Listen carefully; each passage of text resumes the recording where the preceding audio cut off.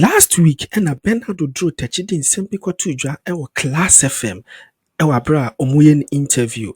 Now, what in some Tuja say, the way our bra NDC who during the 2024 election, we on one casa personally donate like 100,000 Ghana cedis at my President Mahama, or adopt 13 constituencies, or spend an averagely probably 50,000 Ghana cedi on each constituency into the 50,000 multiply 13 constituency. Physical spending plus t-shirt plus okoye campaign hotel or die or momudina chiniade into send this yaba power or deserve an appointment on the ordinary tuja into a din some way to join video started say trendy. Anye nipa bebrede na no na kwabena Bobie Ansah a oye adwuma wa Accra FM abetutu bi di amane Bernard Drew Techi ewo Facebook enti si ready a Bernard Drew Techi nso a reply enti mi wi a me de Bernard audio ne beto aso enti mumye hwe nsem a kwabena Bobie Ansah atwere Facebook efa ye friend ni sen Bernard Drew Techi o say I just watched the lamentation of my brother Bernard Drew Techi on why JM has not given him any appointment after steering the NDC to victory, and I think it's a bit distasteful. Inti Bobie Ansah so ane nyadwene, and Bobie Ansah sa to us once I was say, did I hear him well on towns he went to campaign and a financial support of 100K to JM? No, bro. I wish JM will return his 100K to him just to get his peace of mind. Callistus Mahama. And Bobie Ansah, I see JM unfa your friend saying Bernard Drew Techi 100K no donate man no return man na Bobie Ansah asa target Callistus Mahama, which are in my opinion I don't think say it was a Bobie Ansah target Callistus Mahama. This way no this post ni no ti Bobie Ansah pese Callistus Mahama hu na omode Bernard Drew Techi sika ma no. Me what I would say ni say obani gu na so a ye pepa ye ntwa ntontwene enti say Bernard Drew Techi kra aka your friend say this asem no donate a ti mpa je samudi sika nyina be manana na what of the energy no use the campaign ni ade no eno nso mo be compensating for it na. So for me I believe say this issue maybe okasa no go overboard, so you call him money na kasa say Mahama, President Mahama of 4 years no reshuffle beba like you bet me a reshuffle do be ashe any position into onyanto was yet dan say ubeka say yemfa nsika mantie honde me senior man Kwabena Bobie Ansah enyadwene. Look and or to us look, we sometimes make it look like JM did not work and wake up one day as a president. I toured with him in some regions, and it will shock you to know the hamlets JM entered to campaign and the money his family invested. Yes, there is nothing wrong aspiring to get a government position, and I don't side with JM-led NDC to ignore hard work. However, can he appoint all the 57% voters? Absolutely no. I don't really care if JM decide to appoint all his friends from Kenya to Uganda. Nti Bobie Ansah to aso. Nti owie ya no ene Bernard Drew Techi ekopie mu ewo GTV. Okopie mu GTV no we ye nyina na expect say oba reply Kwabena Bobie Ansah, but one reply no instead no or directing attention the call kenoforiata letter watchre dia bre special prosecutor say special prosecutor declare wanted no nani anje ho na onjane mfiri Ghana ha onjane mfiri Ghana ha why na onjane nkwasha abruchira why na adwen say o ma Ghana ha bio into obeba that letter na Bernard Drew Techi directing attention call so ntim yentie nsem oka e fa Ken Oforiata ho. Our common humanity. God bless Ken Oforiata. Open letter addressing a couple of issues that arose ever since the special prosecutor declared him a wanted fugitive from justice. Bernard, how do you see this particular letter and the issues arising? Yeah, before I come to the former finance minister's statement, let me quickly make some review of, between 3rd and 4th March, there was a national economic dialogue and the dialogue is issued a communique. And I would love to touch on page 3, paragraph A and D, under prioritized effort to restore macroeconomic stability and regain confidence in the economy by A, enhancing coordination between fiscal and monetary policy operation and achieving alignment. In my candid view, Cardo is very commendable because over the years, you may find the governor of the Central Bank of Ghana printing money on one hand who can fuel inflation. Then you have the finance minister doing fiscal consolidation just to tame down inflation. So you have two people seem to fighting a common goal, but operating an opposite angle, achieving nothing. So if we may have a certain government that want to seem to align fiscal and monetary policy regime, that is to me is commendable. There's a portion that talks about what we call the Fiscal Responsibility Act 2018 Act 982. What does the Fiscal Responsibility Act mean? It simply means that people put in helm of affairs ought to be responsible.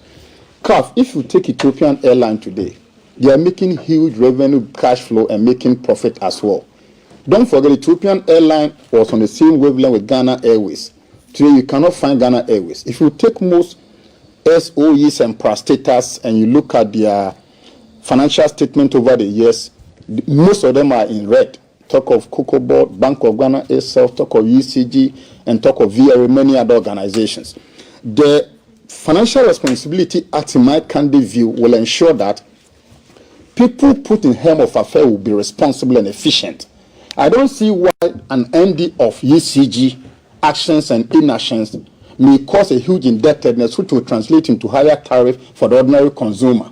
And at the end of his tenure, he walks the street freely, and Ghanaians are paying huge indebtedness. So for me, if the NDC government intends to ensure fiscal responsibility act on public office holders, is commendable. The last of it is about promote private sector-led growth to unlock the full potential of businesses. We emphasize the need to direct a portion of bank cash reserve requirement toward credit creation and provide tailored financing option. What it simply means is that every bank operating in Ghana need to meet what we call the minimum capital requirement. Beyond the minimum capital requirement, called the bank cash reserve, that you need to have a certain cash in your reserve. Because in most instances, these cash reserves are kept untouched. And the net is suggesting to government that, look, instead of keeping this money unused, why don't we find a mechanism to bring this money back so people can even have access to cheaper credit facility? That, for me, is commendable. Let me come to the former finance minister's statement. In my candid view, this whole drama is needless. Why is it so needless?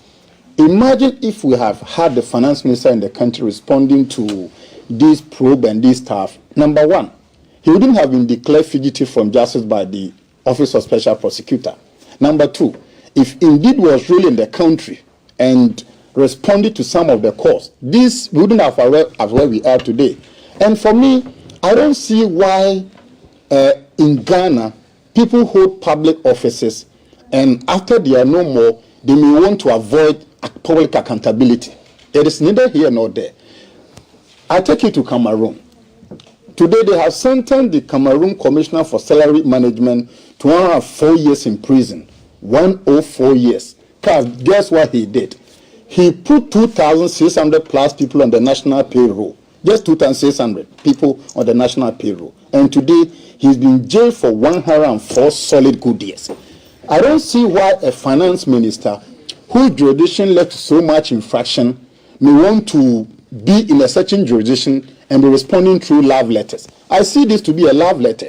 If I were him, I'll cut off this whole social media banter and warfare, step forward to the country, and face the judicial system. Look, at the end of the day, I believe in prosecution, not persecution. And now, yes, on Saturday, I said on Adon TV that, look, the BNI, now currently the NIB, arrested Gifty Owari and was detained. I made a strong point that, look, you shouldn't detain her beyond 48 hours because it is her right. And if the BNI want to do so, they have to go through the dictate of the law by getting a court order to keep her there. I or the firmament believe that the law must work. And in doing so, the former finance minister must start writing love letters and step forward. If you come forward and at the end of the day, you are found innocent of those allegation charges raised against you, you are free to go. Right. But he must avoid staying in U.S., using your lawyers as a conduit to write. Ghanaians don't leave love letters. Ghanaians want to see accountability of your stewardship. Once you can do that, people may even avoid raiding your home. The whole discussion about you will stop. And when the law starts to work and Ghanaians feel that you are being persecuted, the same voices that are calling for your accountability will come to your defense. Thank you for your thoughts. Oscar, I wonder whether you have any thoughts on. I want to find out if my brother is a human being. If he's a human being, he is not in control of his health. So as human beings, we'll have moments like that. And clearly, from the information we have been given, and the information that we have been given may not necessarily always be the right information. So I'm very cautious when I speak to these issues. So this is a gentleman, yes, he's been finance minister. He's had a pretty rough time being finance minister. There's a lot of allegations against him. But there are indications that he had made preparations to travel. I think we all know that he's been ill, and I'm not speaking for him, but I think that there ought to be some level of fairness in some of these things, no matter how the anger is. Just in the same way you think that Gifty has been picked up by BNI for questioning, and you are advocating and supporting that she not be held for more than 48 hours. You're clearly showing a certain direction to the rule of law. And so I think that this whole thing is playing out. We as citizens, we are seeing it evolve from a gentleman who's been called a fugitive, is being recalled, his home has been invaded, and then we have an apology from Parliament and not from the people who are responsible. We're having this never end, this story evolve, and so it's very difficult to place judgment. And I'll just go back a little bit to when Honorable Ablakwa and co had managed to drag the finance minister to Parliament for questioning, and all the noise that was made was so believable. And when the gentleman finally got to Parliament and they were cross-examining him, and so what happened? I won't say he dribbled them like Maradona, but they could not substantiate anything that they had claimed. So as I sit here as a citizen, I'm very wary of noises that emanate from the political base. And so we'll just wait and see how it unfolds. I'm not a soothsayer.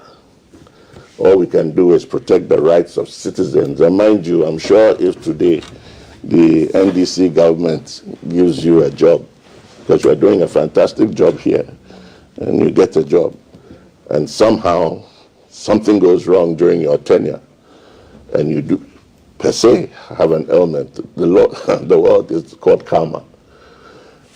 And, you know, you'll be put in that position. And so let's have an open mind. If indeed that he does not come, the law should take its course, whether it's Interpol, whether he's called a fugitive. But in this country, as far as I know, I think that at the heart of the law is you are innocent until proven guilty. In this country, it seems that we have a penchant for trying to get the public to paint you guilty until proven innocent. So, and I say it's not only about him.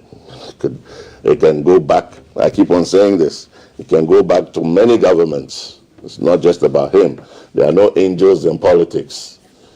And so let's see how it rolls out. Let's advocate that he comes. Let's advocate for the rule of law.